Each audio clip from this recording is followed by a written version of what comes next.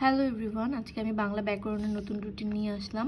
তো রুটিনে ফার্স্ট দিন হচ্ছে ধ্বনি, বর্ণ, শব্দ, পদ, প্রত্যয়, বাক্য, আর দেন হচ্ছে বানান, বাক্যশুদ্ধি, সমাস।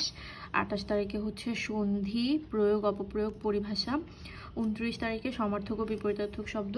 আর 30 তারিখে হচ্ছে এই উপরের টপিকগুলো ছাড়া আপনারা যে বইটা বোর্ড বই হোক, জর্জ MP3 হোক, অগ্রদূত হোক, যেটাই ফলো করেন, এই উপরের টপিকগুলো ছাড়া বাকি যে টপিকগুলো বাকি থাকবে সেগুলো হচ্ছে যে এই দিন কমপ্লিট করে নেবেন। মানে এগুলো একটু লেস ইম্পর্টেন্ট আর হচ্ছে মানে সহজ টপিক, যেগুলো একদিনে শেষ করে ফেলা যায়। আর উপরেরগুলো হচ্ছে একটু মোর ইম্পর্টেন্ট এবং একটু কঠিন টাইপের টপিক।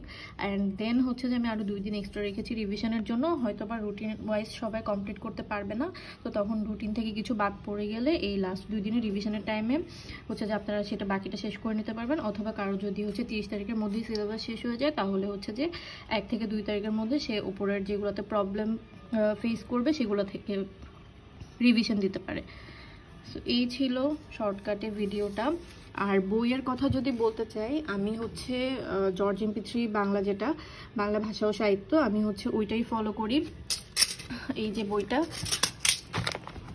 এই বইটার সাথে হচ্ছে আপনার বোর্ড বই আছে, যে 9-10-এর যে বোর্ড বই, ওই বোর্ড বইয়ের অনেক কিছু মিল আছে। মানে দেখা গেছে যে ওরা বোর্ড বই থেকে হুবহু লাইন এখানে তুলে দিয়েছে, যার কারণে এই বইটা পড়লে আমার দুইটাই কভার হয়ে যায়।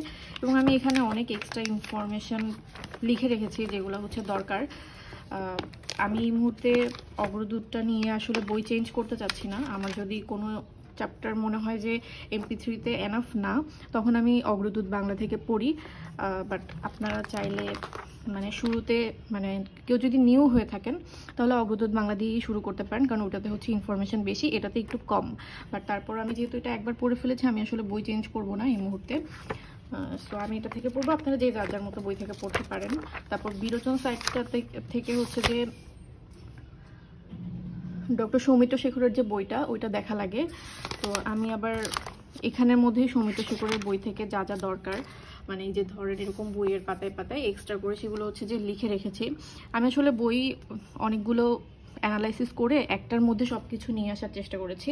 আপনারাও এভাবে করে পড়তে পারেন, তাহলে হচ্ছে পড়াটা বেশি ভালো হবে, কোনো কিছু বাদ থাকবে না। ধরেন কষ্ট করে পড়লেন, এই বইয়ের সবগুলো ওয়ার্ড মুখস্থ করলেন, বাট ওয়ার্ড চলে আসলো হচ্ছে অন্য বই থেকে, তো তখন তো একটা ধরা খেয়ে যাবেন। সেই কারণে হচ্ছে যে ওয়ার্ড মিনিং বা হচ্ছে বিপরীতার্থক শব্দ, সমার্থক শব্দ, বাগধারা, এগুলোর ক্ষেত্রে হচ্ছে সৌমিত্র শেখরের বইটা থেকে মিক্স করে পড়াই ভালো। আর যে কোনো একটা ফলো করলেই হবে, যে বইটা ফলো করবেন ওই বইটা থেকে অ্যাটলিস্ট এনশিওর করতে হবে যে আমি সবগুলো পারি, তাহলেই হচ্ছে হয়ে যায়। সো ওকে, আজকের ভিডিওটা লেন্থি করব না, এতটুকুই। আপনারা যারা রুটিন ফলো করছেন তারা হচ্ছে রুটিন শেষ হয়ে গেলে আমাকে জানাবেন। আল্লাহ হাফেজ।